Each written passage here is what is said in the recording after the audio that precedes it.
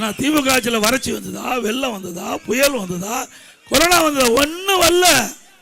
அப்படி வந்திருந்தா அந்த முதலமைச்சரே காணாது போயிருப்பார். இவர் அந்த கொரோனாவிலேயே போயிருப்பார்.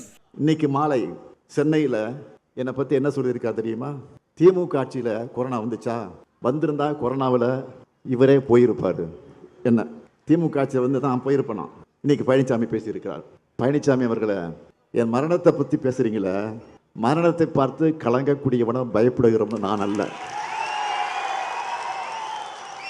இந்த முத்துவேலு கருணாநிதி ஸ்டாலின் நான் 1971 நீங்க அரசியலுக்கு வர்றதுக்கு முன்னாடியே 23 வயசுல மிசாவில் கைது செய்யப்பட்டு சிறை கொடுமைக்கு ஆளானவன் நான். ஓராண்டு கால நெஞ்சுரத்தோடு சிறையில் இருந்தவன் நான்.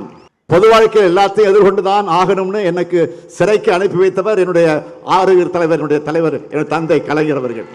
கொடுஞ்சிறையின் கொடுமைக்கே பயப்படாத நான் இந்த கொரோனாவுக்கு பயப்பட போறேன்.